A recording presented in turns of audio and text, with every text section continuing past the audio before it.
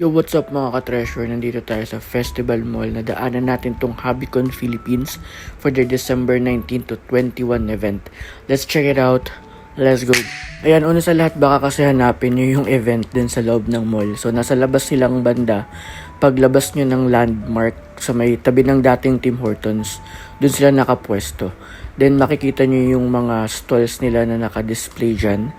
And give you some heads up, hindi ganun karami yung mga booth compared sa like talagang event nila sa Festival Mall.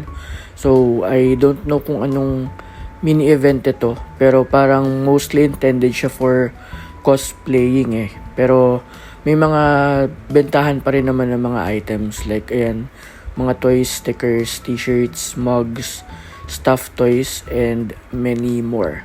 So again, hindi ganun karami yung stall.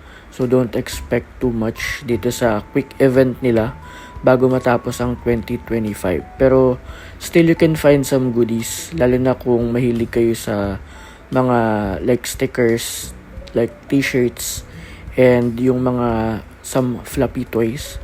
Marami sila niyan dito.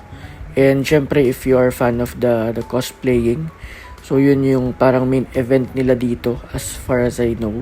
And nung nakita ko sa page nila. Pero again, this is until December 21. So you can still visit them here sa Festival Mall sa may bandang landmark. So akyat lang kayo dun sa taas, hilera ng dating Tim Hortons. So makikita nyo naman yun agad dun. So just check it out for yourself and enjoy. Peace.